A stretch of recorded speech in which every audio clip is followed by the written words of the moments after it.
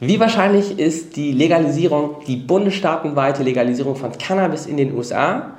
Die Antwort auf die Frage erhältst du hier in diesem Video in einem englischsprachigen Interview mit meinem US-Anwaltskollegen Rod Kight. Rod ist ein auf Cannabis spezialisierter Anwalt mit Sitz jetzt aktuell in Mexico City. Er begleitet dort US-amerikanische Unternehmen auf dem sich nun öffnenden Markt. Und das Ganze erfährst du hier, die Antwort auf diese Frage, in diesem englischsprachigen Interview.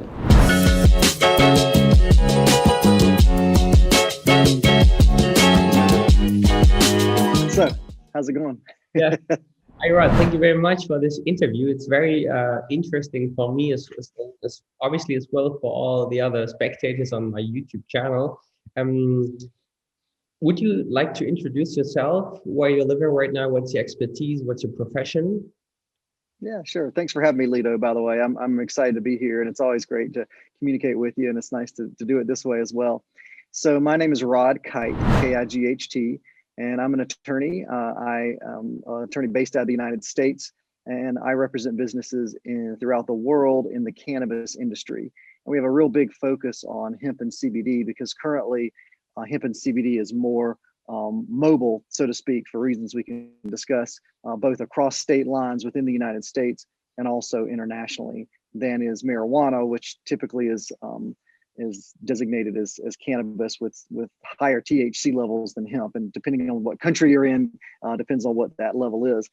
But right now, my law practice is based in Asheville, North Carolina, and that's where I lived for 20 years. But my wife and I, she's also my office manager, by the way, recently moved to Mexico for a couple of reasons. One is that when COVID hit, it shifted our priorities a bit and our lifestyle. We had been really, as we say in the United States, burning the candle at both ends for a while, working 18-hour days, 7 days a week. It was just very stressful. And when everything slowed down with COVID, we were able to take a deep breath and think about what we wanted for our life.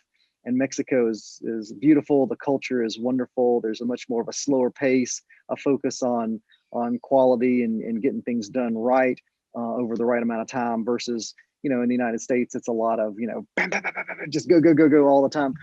So we really like the culture down here. And also, with respect to cannabis, Mexico is about to become the largest legal market in the world. So the Mexican Congress is contemplating a bill to legalize marijuana for adult use, and it could happen any day now, for sure. And there is already a medical marijuana bill that has passed. So yeah, so my name's Rod Kight, and I'm glad to be here reporting from Mexico today. Very nice to meet you, Rod. It's very exciting what you told us so far. So you spoke about the legalization of medicinal cannabis in Mexico. Can you tell us how this worked out, how the government actually planned the bill for the legalization of medicinal cannabis? Yeah, so in a bigger piece, what happened was several years ago, the Supreme Court of Mexico determined that the Mexican Constitution prohibited the prohibition of marijuana based on what Mexico understands as the free development of the personality, and particularly with patients who need cannabis for medical conditions, this was deemed to be illegal. And so, unlike in some countries, the Supreme Court in Mexico is able to direct the Congress to enact certain laws that will be in accordance with its decisions. And this typically takes place after 5 rulings on a certain subject matter. And that occurred several years ago. And so the Mexican Congress has been working to get this done.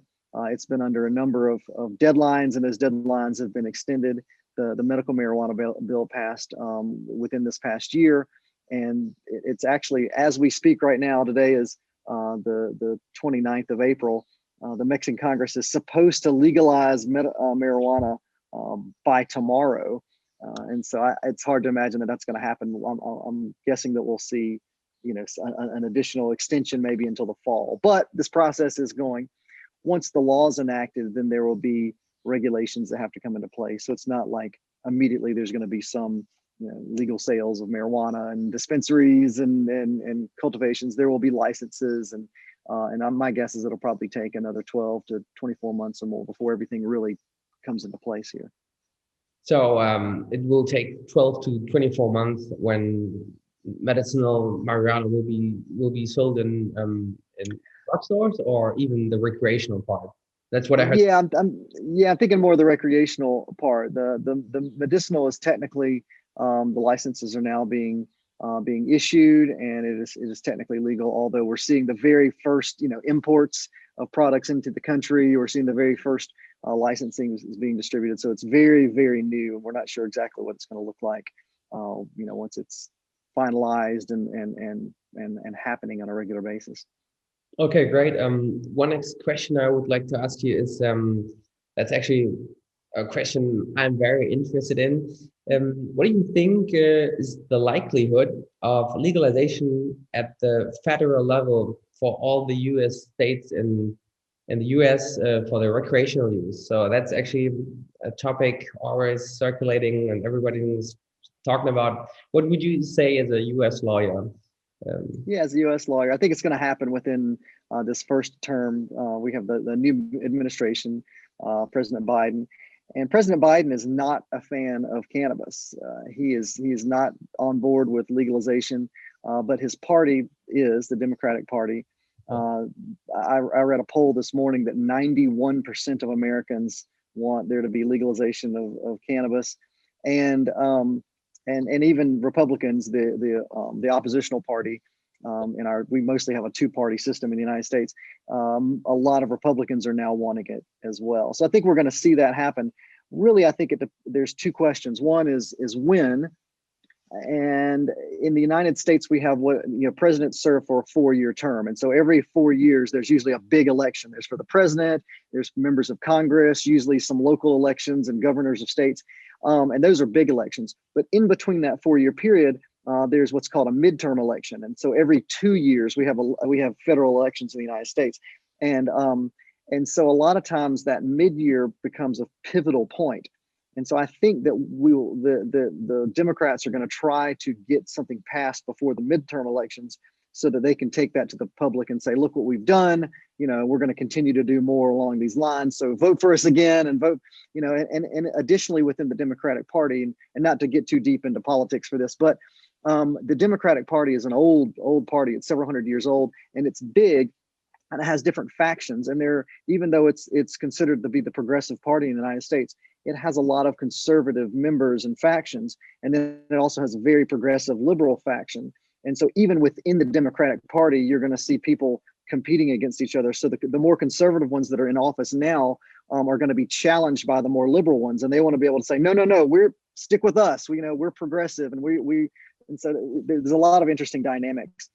I think so. The timeline, I think it's likely to happen within this before the midterm elections. Secondly, with respect to how, I think this is a big question. So the federal government could do a couple of different things.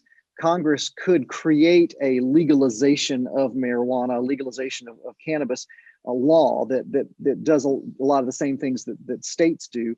Whereas they could set up an agency or commission to regulate it. They could set up certain laws regarding how it's to be cultivated, how it's to be distributed, and prohibitions and requirements and regulations. And so that's one possibility. And you can imagine a very comprehensive law outlining, from seed to sale, so to speak, of marijuana. The other thing that could happen, though, is that the federal government could just say marijuana is no longer a controlled substance. And a controlled substance under US law just means that it's regulated, and we have different systems and tiers. There are some treaties that do the same thing as well. So this is probably not a foreign concept to the non-American listeners, but the bottom line is that marijuana is on our most restrictive schedule. So it could be brought down to a less restrictive schedule, or it could just be removed completely. And if it's removed completely, then the federal government no longer regulates it, at least in terms of, it might regulate the products, as far as making sure that like any dietary supplement or food product, it's safe and it's labeled properly, but it might remove it from actual prohibitions and then let the individual states determine how it's distributed within their states. And that's how we do it with alcohol, primarily in the United States. Some states are more strict about alcohol, some are less strict, some allow importation of alcohol, some don't. So there's all sorts of rules like that.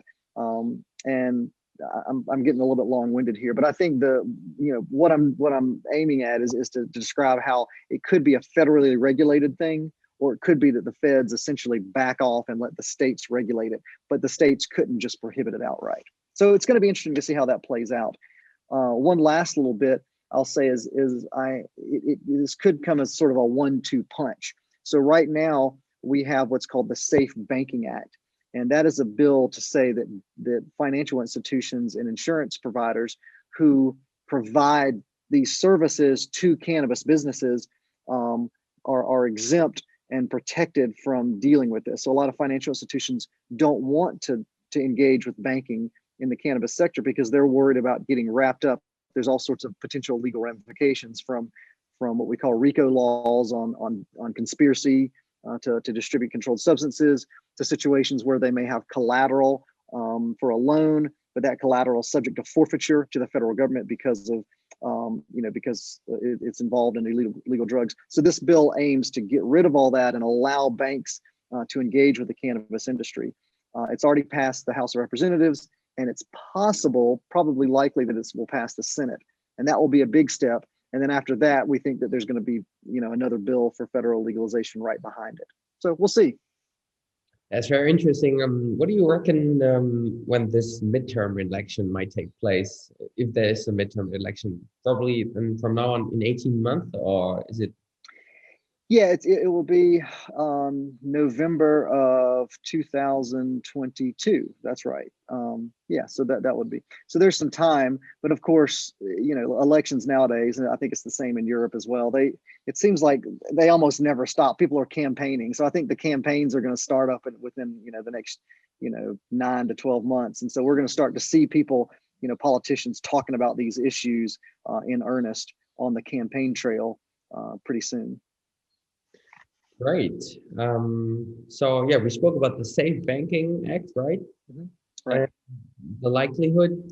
Another question I would like to ask is, what lessons can be learned from the history with regard to Canada, to Mexico, and to Colombia, as on the German scope or point of view? Is there a best practice how legalization should work in your opinion? Yeah, I think that's great. I think there's probably 2 lessons to be learned. The first lesson is, every country is different. And so I don't think that there's what we call a one size fits all for every country. A smaller country like and more homogenous culture like Canada has a certain program that works for it, whereas a more diverse population like in the United States would require something large or more different. Germany is a very large population, and it has some diversity in its cultures, between the different federal states. And so I think that Germany shouldn't enact just a replica of a Canadian model, or even a replica of one of the United States models. It needs to determine, first of all, I think, what is this cannabis for? Is it going to be for medical use, or is it going to be for recreational, adult use? What's important to the culture? Who can access it? And then also, what's it being? What are the means of production? Are we gonna? Is it favorable to have cultivation, processing, manufacturing, distributing, retail, and research all separate licenses where different companies participate? Or is it important for one company or to be able to take a piece of that and control it? We call that vertical integration. And so to control the whole supply chain, or at least a piece of it. What about the taxation? Should it be taxed heavily in order to fund the program and to help provide other services, or is that going to interfere with it such that the black market continues to stay around because it's cheaper? What about equity? Equity in the United States, and I don't mean that financial term, I mean social equity is a big issue in the United States. In the United States, people of color, communities of color have been disproportionately impacted by our war on drugs. And so you would say, like, 2 different people, one might be a white male, another might be a black male, typically smoke and consume marijuana with the same levels, But the unfortunate situation in the United States is the black male is so much more likely to be arrested, go to jail, to lose assets than the white male because of our, we have a long system of discrimination in the United States. And so a big piece of legislation or a component of the legislation in the United States needs to be to help, measures aimed at rectifying that injustice that's happened. Another country may not have that same issue, or it might not be a communities of color. It might be, maybe groups that have been traditionally more impoverished or pushed aside, maybe indigenous groups, or. And so I think that's an important issue. And then finally, and not finally because these are all the issues, but just so that I won't talk for the next hour, I think it's important to know, what is the country trying to accomplish? For Germany, for example, is this mostly about the internal market? Is this producing cannabis for Germans to consume, or is this producing cannabis for other markets out in the world, or some combination of it? And so in the United States, or no, I should say, in Canada, this is an internal market primarily designed to get cannabis to Canadians. There are some exports in certain situations. On the other hand, a lot of countries in South America, Uruguay, Colombia, their programs are set up primarily to do large scale cultivation and processing for the world market. And so the idea is to be a net exporter of products. And so all of these factors come into play for what constitutes a good program.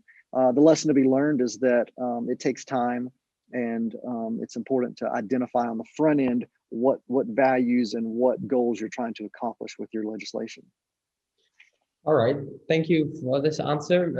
Regarding the taxation of cannabis, some parties here in Germany, they made up the idea of the taxation of a certain amount of the amount of THC within the cannabis.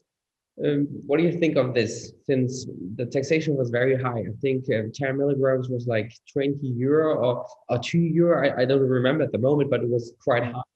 And this, that an approach you would recommend, or is it, what would you say regarding the taxation of cannabis for the consumer at the end part of it? Well, I'll say that I don't think there's any good, any method that accomplishes all the goals. But I would say this idea of taxing the concentrations of THC versus, say, the weight or of the flower, in the bigger picture probably makes more sense. When people consume cannabis, primarily what they're consuming or wanting to consume are the cannabinoids from that cannabis. And so, two buds that weigh and look the same can have radically different concentrations of THC. On the other hand, sometimes people want other cannabinoids. They want CBD, they want CBG, they want, there's all these other cannabinoids. Do you just kind of let that go, or do you have a tax scale for each cannabinoid? And what if it's a blend? And so there are a lot of problems. But ultimately, I think I don't have a big, a big problem with taxing the concentrations. Although maybe you just tax the price of the sale, because presumably, a flower that's going to have higher concentrations of THC is going to sell for more anyway. So maybe you just tax the proceeds of the sale.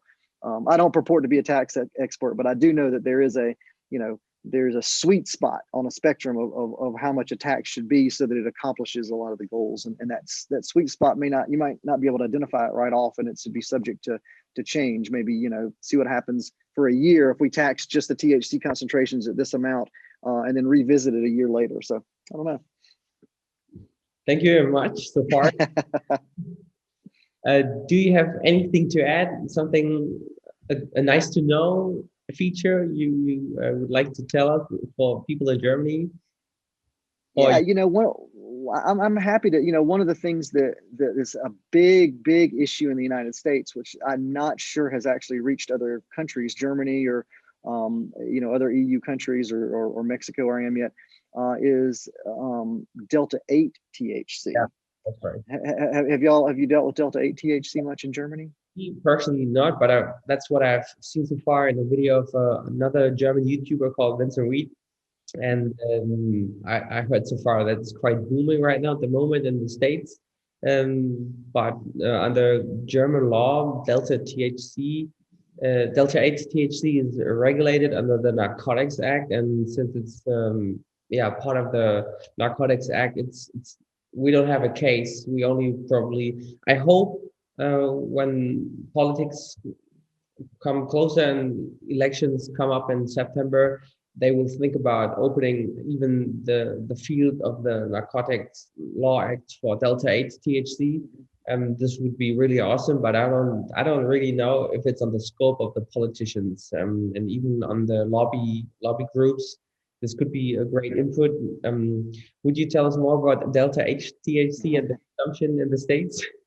Sure, I'm happy to. I think there are sort of two issues. One is just Delta 8 itself, and the other is the sort of the unique piece of American law that sort of created the current boom. So from a chemical standpoint, there are at least 30 different THC isomers, different forms of THC, and all are very similar, but they're all also different molecules.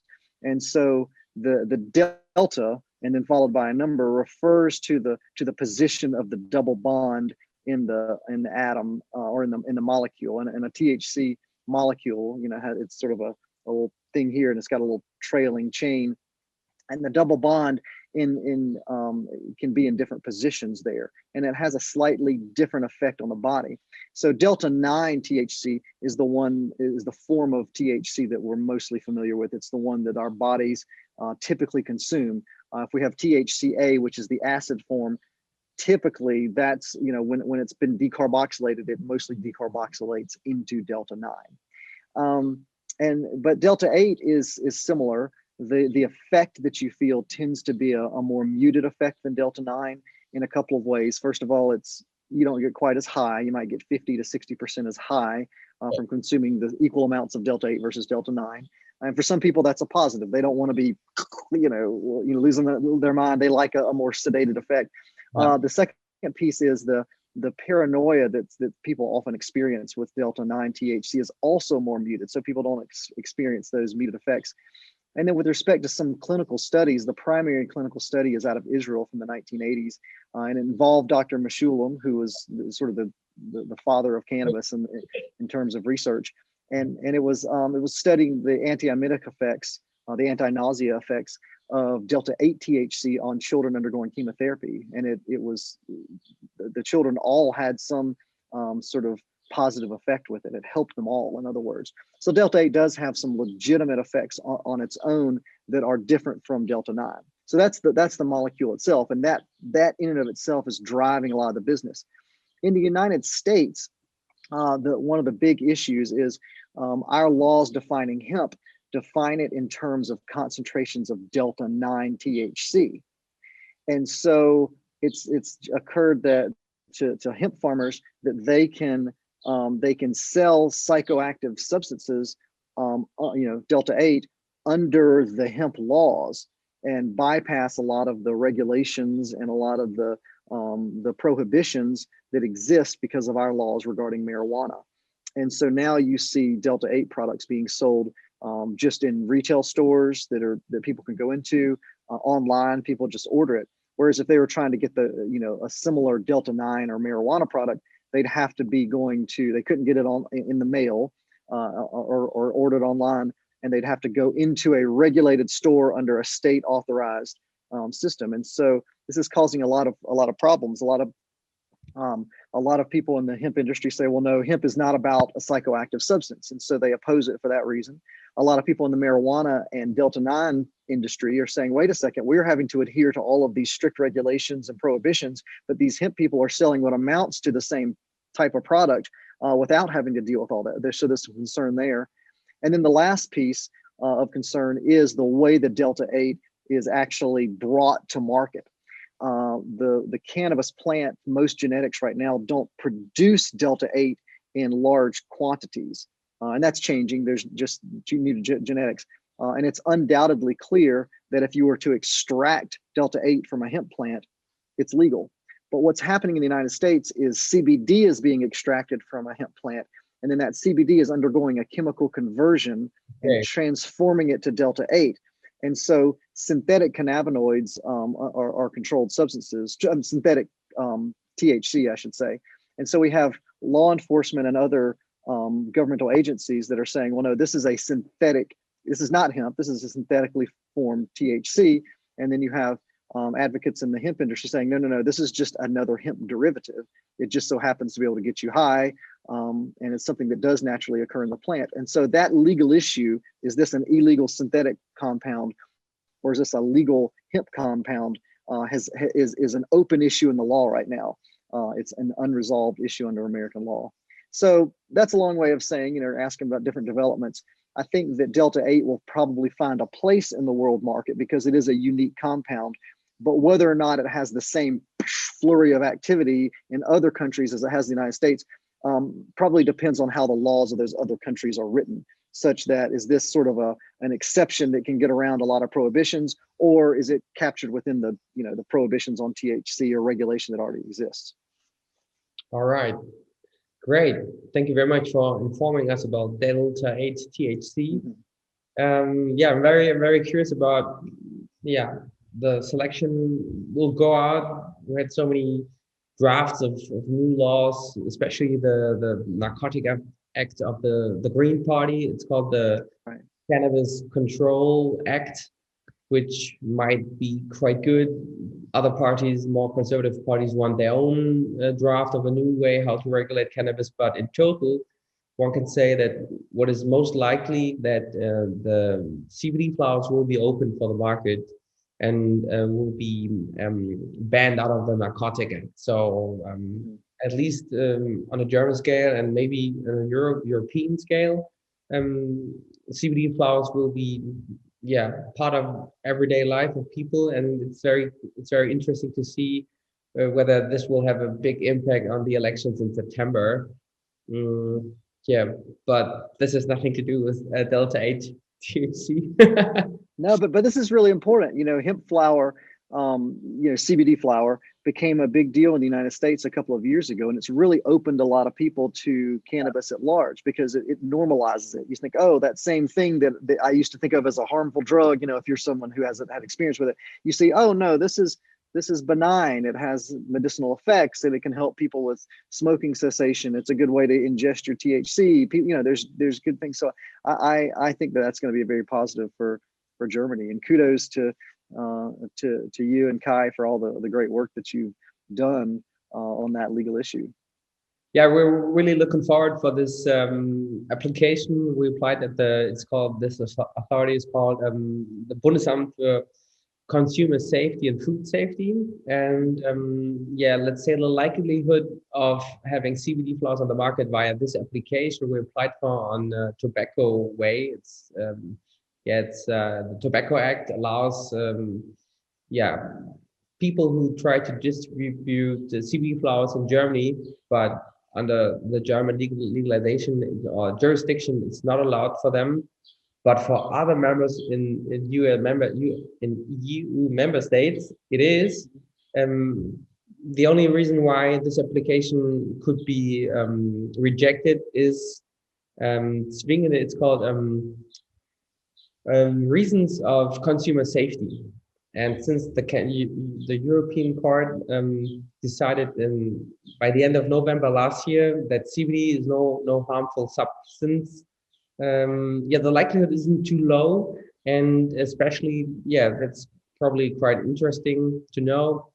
On the 24th of March, let's say like a month ago, the highest court for criminal things regarding controlled substances said no, the law allows selling CBD flowers to consumers, and this also made up actually the market for CBD flowers. But what happens right now here, authorities, they prosecute and they still follow CBD flowers, and it's a little bit like a shame.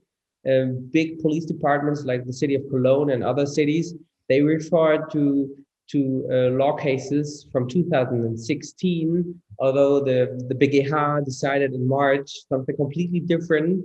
And those brochures of the police departments, they are of April, and they don't refer to the BGH, the BGH, the High Supreme Court, March. So what happens right here is weird, in my opinion. I don't see any for for people who try to make money with CBD flowers, but people are insecure. They are not sure about whether they should make money with CBD flowers. But yeah, that's where politics are in charge right now, but also lawyers who calmed out their clients. Right. So this is a dilemma right now at the moment. It's a pity, and I really hope that politics may reject or carve out the CBD flowers out of the Narcotic Act. Whether THC will be allowed or not, this is, let's say, the minimum I see as a political forecast for September. I would be, let's say, I would wonder myself if this would not happen, but there we also have this application in front of the Authority for Consumer and Health and Food Safety. And yeah, it's actually thrilling right now here in Germany, and I'm really looking forward in the next, let's say by the end of June, whether the application will be granted or not. And if this won't be the case, then politics could come closer. So it's whether the application or politics, or we will see. It's It's exciting. Well, you know what? One thing that I've seen in this industry is that things move so quickly. There's often a gap in education between, like you're talking about a new court case, but the authorities that are supposed to enforce the law don't know about this court case, or at least don't understand its implications. And so, part of I think the thing that lawyers and other people in the industry need to do is to help educate, get the word out. The things are changing, and help law enforcement. So it's not an adversarial relationship. It's, hey, this is what's going on. How can we help you better enforce the law while you actually enforce what really is the law? So I think that's an important collaboration to be had. Great, Rod. I think I asked you everything I wanted to know so far. Maybe we can switch to a personal conversation, and I would, let's say, stop the video at this point, and wanted to thank you very much for your time you spent with me and for this video. And thank you very much for being with me. I'm glad to be here. Thanks. It's always fun. Ich hoffe, dir hat das Interview hier gefallen. Es war auf Englisch, ja. Ich habe versucht, mit den Untertiteln eine kleine Hilfestellung zu leisten und würde mich freuen, wenn du ein Abonnement da lässt, einen Daumen nach oben, und weitere Fragen beantwortet Rod mit Sicherheit gerne auch in den Kommentaren. Vielen Dank.